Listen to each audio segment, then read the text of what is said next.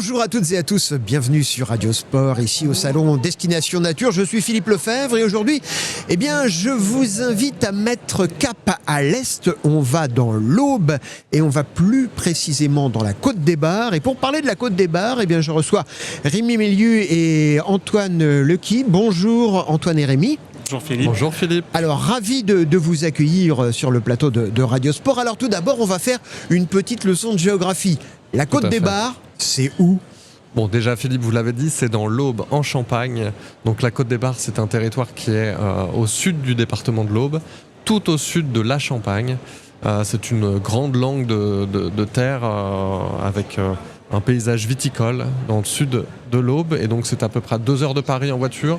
On peut y aller aussi en train. Oui, j'allais dire, on vient comment chez vous ? Et ben voilà, la voiture. Il y a des grands axes autoroutiers qui passent par le territoire. Et puis le train.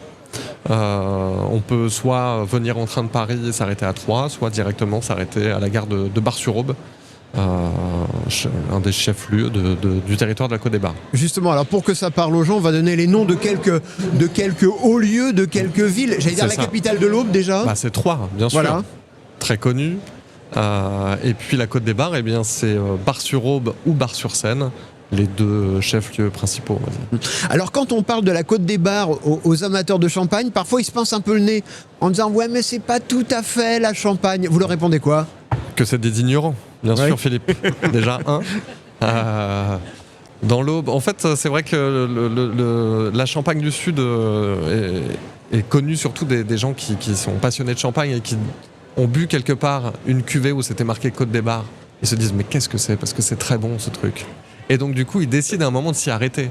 Et là, ils découvrent déjà un territoire qui est magnifique, et en plus la capacité d'aller rencontrer des vignerons et de vivre une expérience sympa, c'est-à-dire qu'on rencontre des gens, on comprend ce qu'on boit et on remplit le coffre en plus avec des super bouteilles. Alors, on remplit le coffre ou on remplit les sacoches des vélos, et on va parler justement de vélo parce que dans la Côte des Bars, il y a quand même de quoi s'amuser pour faire du vélo, non, Antoine ? Oui, on a une sacrée actualité au niveau du cyclisme, puisqu'on a accueilli récemment le premier Tour de France féminin en 2022, donc la reprise du Tour de France féminin. Et il y a eu une étape 3 Bar-sur-Aube par les chemins blancs viticoles. C'est quoi les chemins blancs viticoles ? C'est les chemins d'accès aux vignes en fait pour les vignerons, les chemins techniques, si vous voulez. C'est de l'argilo calcaire. Donc c'est de la pierre blanche, sèche, et très roulante, mais très cassante aussi, puisque c'est des cailloux, quoi. C'est du gros gravier, on va dire. J'allais dire, c'est la version champenoise de la trouée d'Arambert pour Paris-Roubaix ? C'est plutôt la version champenoise des Strade Bianchi, en Toscane. C'est D'accord. Plutôt cette topologie-là de revêtement de chemin, finalement. Et les pros ont circulé sur ces chemins ? Absolument. Ils ont pris des risques insensés. Les femmes en 2022 et les hommes en 2024. Donc il y a eu 30 km de chemin blanc ou de chemin non revêtu entre Troyes, Bar-sur-Aube et Troyes.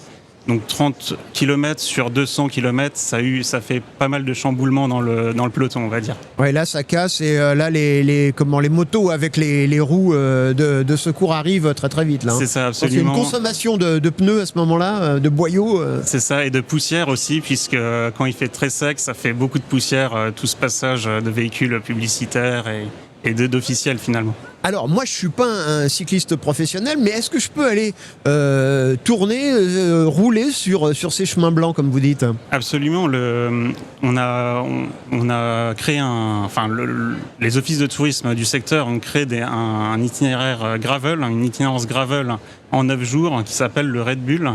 Donc sous la coupelle d'un ancien cycliste professionnel, donc Guy Galopin, qui assure un peu l'entretien et le balisage de cette itinérance. Et c'est ouvert à tout niveau. Donc il y a quand même un niveau intermédiaire avancé pour cette itinérance-là. Bon, moi qui suis une quiche totale en vélo, je peux quand même y aller ? Pour le premier tour en gravel, il vaut mieux se focaliser sur des boucles attenantes qui sont moins importantes. C'est-à-dire vous avez des circuits qui font entre 15 et 90 km. Je pense qu'il faut commencer par là avant de se lancer dans une itinérance bikepacking sur plusieurs jours. Et alors tout ça c'est balisé, ça se passe comment ? Absolument, c'est balisé dans les normes de balisage de la Fédération française de VTT. Vous pouvez prendre, comme l'a dit Rémi tout à l'heure, commencer l'itinéraire à Troyes ou à Bar-sur-Aube, puisqu'il faut faire marcher l'intermodalité train-vélo.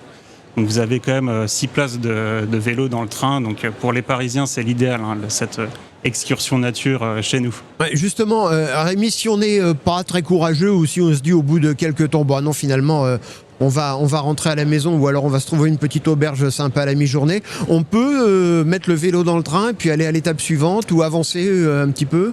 Oui, alors en fait, sur le parcours, on trouve 2 gares, une à Troyes, une à Bar-sur-Aube. Après, bien sûr, on peut modeler son itinérance en fonction de ses envies aussi, hein. Soit démarrer à Troyes, finir à Bar-sur-Aube et rentrer chez soi, soit commencer à Bar-sur-Aube et aller à Troyes par une boucle un peu plus grande, qui traverse des chemins complètement variés. C'est vrai qu'on change vite de territoire, de paysage, entre les coteaux, les forêts, les grandes plaines agricoles et puis les villages, quoi. Et alors, le nom Red Bull, ça veut dire qu'on traverse aussi des vignobles et on peut s'arrêter dans chez les producteurs? Absolument, Red Bull, donc c'est un raid, c'est une aventure, et les bulles, c'est les bulles de champagne avant tout. Donc on a pas mal de caves partenaires justement qui ouvrent à la visite, à la dégustation, tout le long de l'itinéraire, sur la Côte des Bars.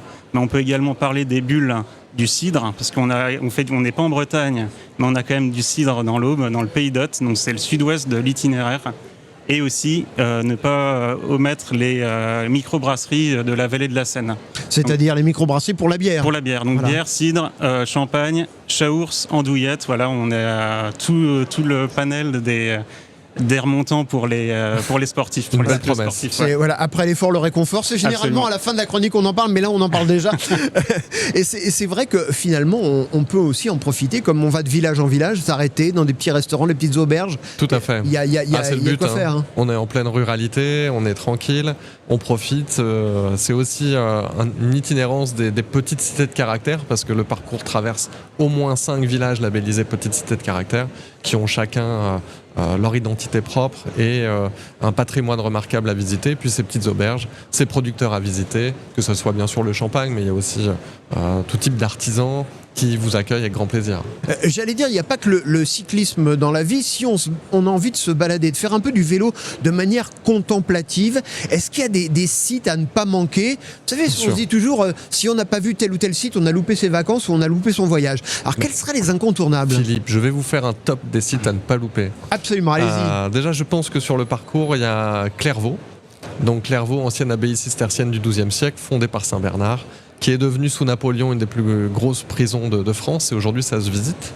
Elle a été prison jusqu'à l'année dernière. Voilà, oui. Exactement. C'est une centrale, si je me souviens bien. Une prison de haute sécurité qui donc maintenant est totalement fermée.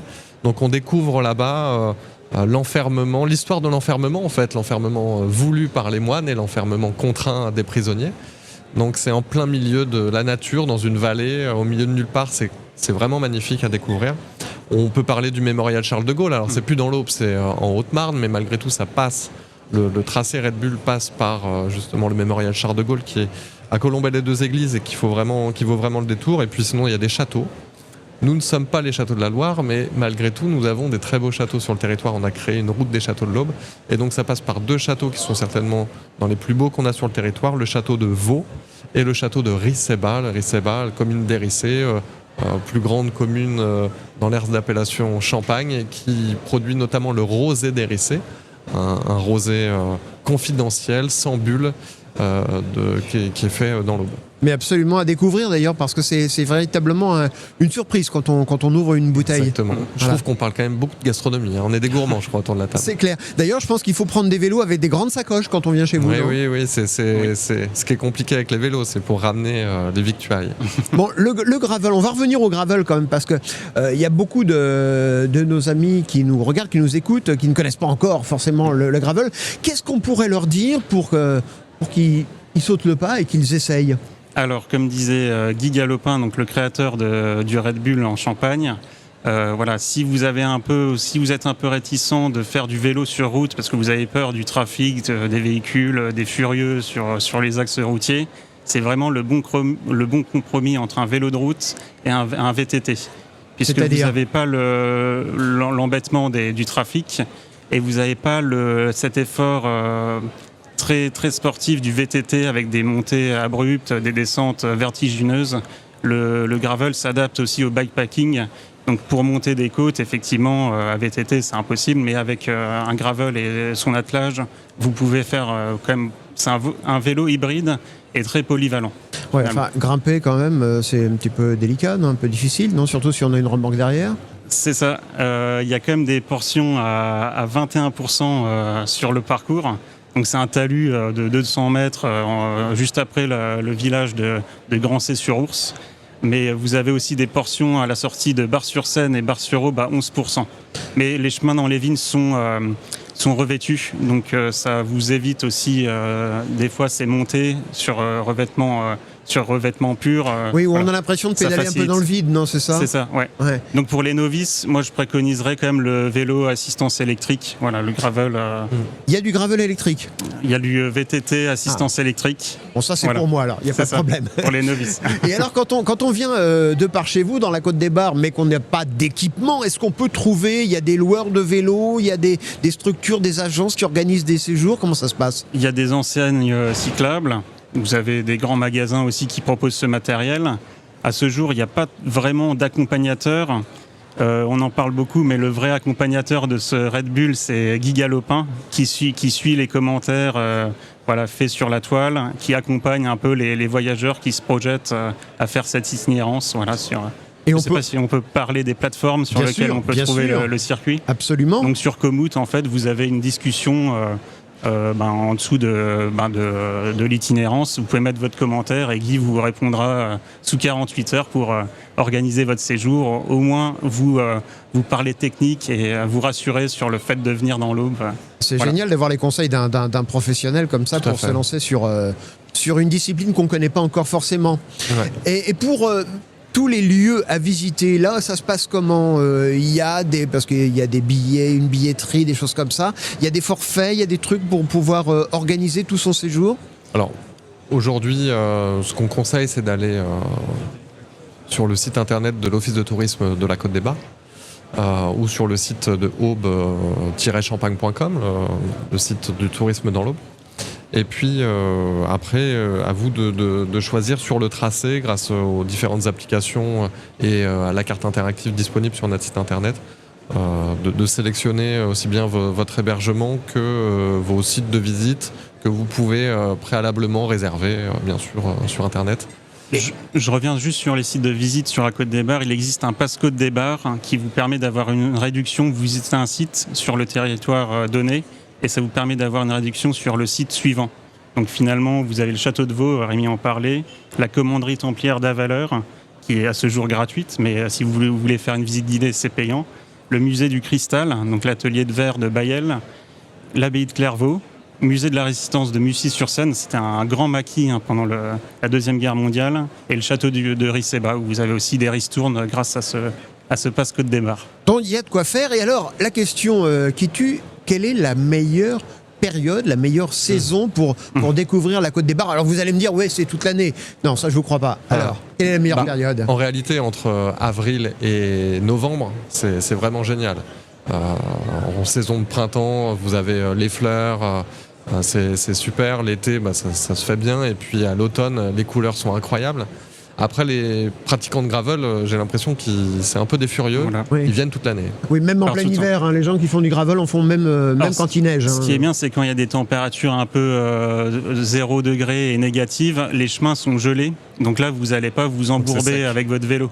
Non. Donc vous allez glisser sur la glace, vous allez pas on s'embourbe pas, mais on glisse. Bon, c'est compliqué quand même. Et justement, au mois de fin août, début septembre, c'est le moment des vendanges, non? Ou peut-être même jusqu'au mois d'octobre. Donc on risque sur les chemins de rencontrer du monde. Il y a de l'effervescence, on va dire. En effet, c'est plutôt vivant. Il faut faire attention avec les camionnettes de vendangeurs, effectivement, sur les chemins blancs, mais c'est tout à fait praticable.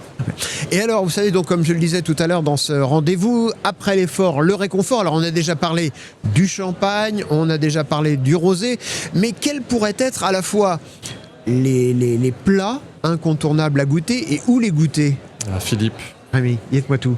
L'andouillette. Ouais. Quand on vient dans l'Aube, on ne peut pas passer à côté. L'andouillette de Troyes. Alors oui, mais alors là, l'andouillette, moi j'ai l'impression qu'il y a autant d'andouillettes que de villages dans votre région. Ah non. L'andouillette, c'est l'andouillette de Troyes. Alors la seule et l'unique. qui est un peu clivante parce qu'on aime ou on n'aime pas en fait l'andouillette, c'est vrai. Bon, nous on l'adore, on est né avec. Donc l'andouillette de Troyes, 100% pur porc, entre intestin et estomac de porc, un mélange. Voilà, quand on dit ça comme ça, ça fait Ça peut-être fait pas rêver. Mais croyez-moi, Philippe, nos charcutiers ont du talent et chez nous c'est magnifique. Et puis on l'accompagne souvent d'une petite sauce au chaours, donc ce fromage local aussi que l'on adore. Voilà, ça c'est l'incontournable. Vraiment, on ne peut pas passer à côté. Et ça, même quand on fait du gravel, c'est oui. pas un peu trop lourd après Ah non, le chaours, c'est assez léger, assez aéré comme fromage. Ça vous tient pas trop. Enfin, si vous mangez un chaours complet, oui, là, vous allez avoir des problèmes pour monter. Mais sinon, c'est le parfait compromis pour bien avancer à vélo. Et quoi, le bon plan, c'est quoi? C'est d'aller faire ses petites courses avant, d'avoir des choses dans les sacoches, et puis de s'arrêter sur les chemins blancs, comme vous dites, et puis de déjeuner? Oui, vous avez des supérettes, vous pouvez même acheter vos victuailles le long de l'itinéraire.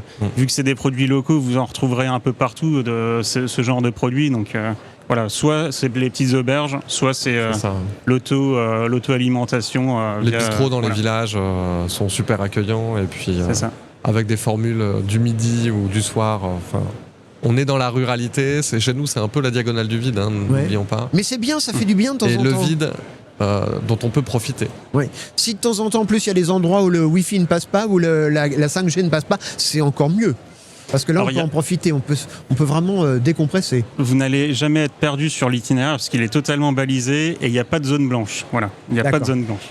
Donc on ne sera jamais perdu. Non. Logiquement, non. Je voudrais qu'on revienne, pour conclure, sur un événement dont vous avez parlé tout à l'heure, cette étape du Tour de France féminin, et puis avant, étape du Tour de France masculin. Est-ce que ça, c'est une bonne opportunité pour faire découvrir une région? Est-ce que vous avez ressenti, après ces deux étapes, des gens qui venaient vous voir en disant je vous ai vu à la télévision et j'ai envie de refaire le même parcours que les coureurs? Absolument, il y a eu une vraie effervescence après ces deux événements internationaux. On a eu pas mal de demandes, les offices de tourisme aussi, on a édité des cartographies justement pour diffuser l'information aux visiteurs qui viendraient pour la journée, donc les intéressés du gravel. On a également des événements qui se sont produits après ce Tour de France. C'est, par exemple la cyclo-sportive des chemins blancs, la Chemin Blanc Cycling Race, qui aura lieu, deuxième édition cette année, donc c'est au mois de juin, 20 et 21 juin. Et le parrain, c'est Pierre Roland, donc c'est un double vainqueur d'étape du Tour, ancien grimpeur et maillot à pois. Ah, ça rigole pas, Pierre Roland, galopin. C'est ça. Vous avez une partie des seniors, des anciens du Tour qui viennent vous aider? C'est ça, qui viennent un peu coordonner les jeunes qui souhaiteraient se lancer et professionnaliser la chose, quoi. Et donc, ça, c'est, rappelez-moi les dates. Donc, c'est le 20 et 21 juin 2026 à Bar-sur-Aube, du côté de Bar-sur-Aube. Donc, vous avez des parcours balades de 9 km, gravel circuit de 40 à 109 km et route de 33 à 150 km. Et là, il faut s'inscrire avant ou on peut venir avec son vélo et puis s'élancer? Vous vous inscrivez en amont de l'événement sur le site internet dédié. Ouais. D'accord. Eh bien, écoutez, messieurs, merci de nous avoir rêvé et surtout de nous avoir fait rêver, de nous avoir donné envie d'aller dans l'Aube, dans la Côte des Bars et puis d'aller faire du vélo. Mais pas que. On va goûter l'andouillette avec le rosé d'Hérissé et j'en passe les meilleurs. C'est parfait. Merci beaucoup. Et puis, bien évidemment, si vous voulez préparer votre séjour cycliste dans l'Aube, c'est très simple. Une seule adresse, le site radiosport.fr. À bientôt.